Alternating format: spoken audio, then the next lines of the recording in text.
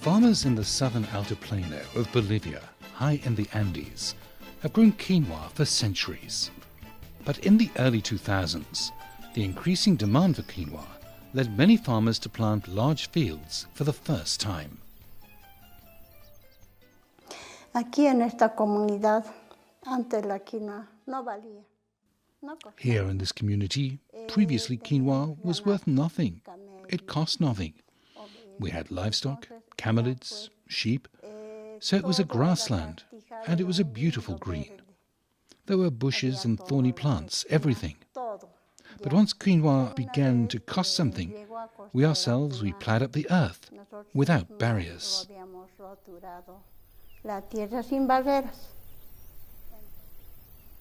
Once much of the vegetation was destroyed, pests became a more serious problem. To control pests, many farmers spray their quinoa crops 2 or 3 times a year. These chemical pesticides also kill the good insects, and they damage the life in the soil. In the long term, the pests get used to the pesticides and can no longer be killed when sprayed. One of these good insects is a type of burrowing wasp. In the Altiplano of Bolivia, this wasp is known as Nina Nina.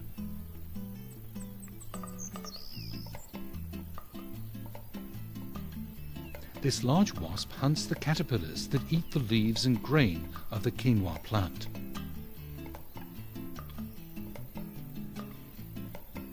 Let's see how this wasp lives and how we can encourage it in our fields.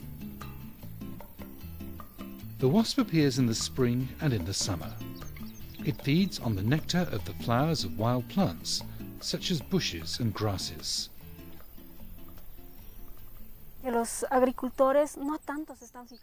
Farmers are not paying much attention to the native hedges. Rather, they're just looking at their yields. But they didn't realize they were turning their soil into a desert. But with organic farming, they're being obliged to put in live barriers. Making or leaving live barriers with native plants helps to avoid soil erosion from the wind, while the plant's flowers are food and shelter for the wasps and other good insects. The native plants help the crop. They give organic matter, and organic matter is important for the soil so plants can grow.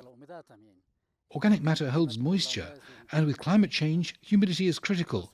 The plants are fodder plants, most of them. Also, they host natural enemies of crop pests.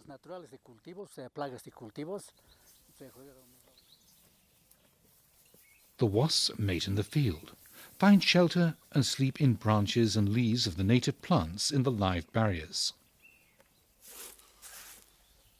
The wasp makes its nest underground, 3 to 7 centimeters deep.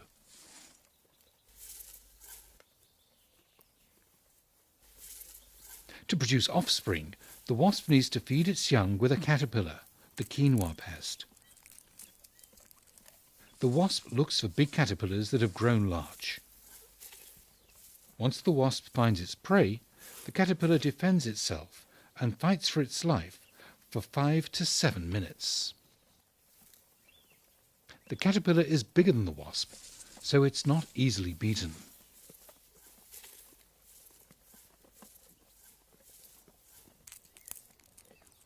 The caterpillar defends itself, spitting a green liquid to drive the wasp away. But the wasp keeps on going until it stings the caterpillar and injects a liquid that puts it to sleep.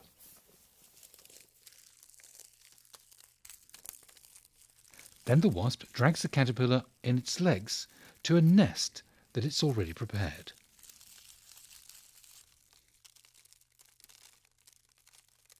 On the way, the caterpillar tries to grab onto branches and leaves so that the wasp will let it go.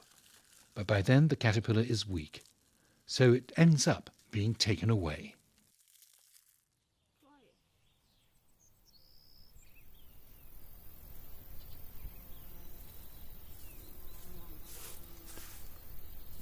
Once it reaches its nest, the wasp opens the nest, removing the grains of sand that were protecting the entrance to its nest. Then the wasp puts the caterpillar into its nest.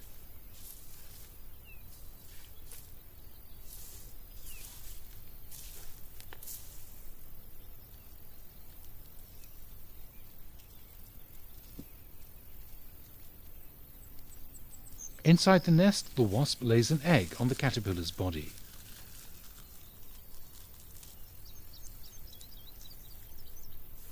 While leaving the hole, the wasp closes the nest with sand so that no other insect can get into its nest, leaving the entrance hidden or invisible.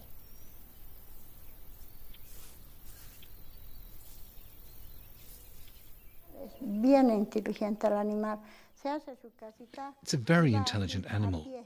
It makes its little house and takes the caterpillar on foot. It knows where its house is, and it takes it there. And it hides it and covers it.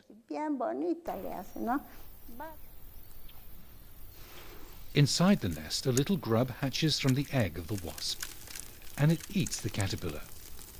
Then the grub makes a cocoon and hibernates for the winter. In the spring and the summer, more wasps come out of their cocoons, and they start their cycle of life over again, hunting the caterpillars that are the pests of quinoa. Before they can mate and lay their eggs on the caterpillars, the wasps need flowers so they can drink the nectar.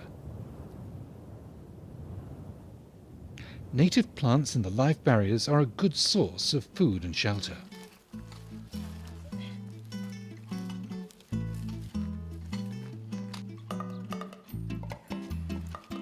So what have we learned? By keeping live barriers with flowers around your fields, you help to protect the wasps and other good insects. And it's easier to produce quinoa without insecticides while conserving our fertile soil.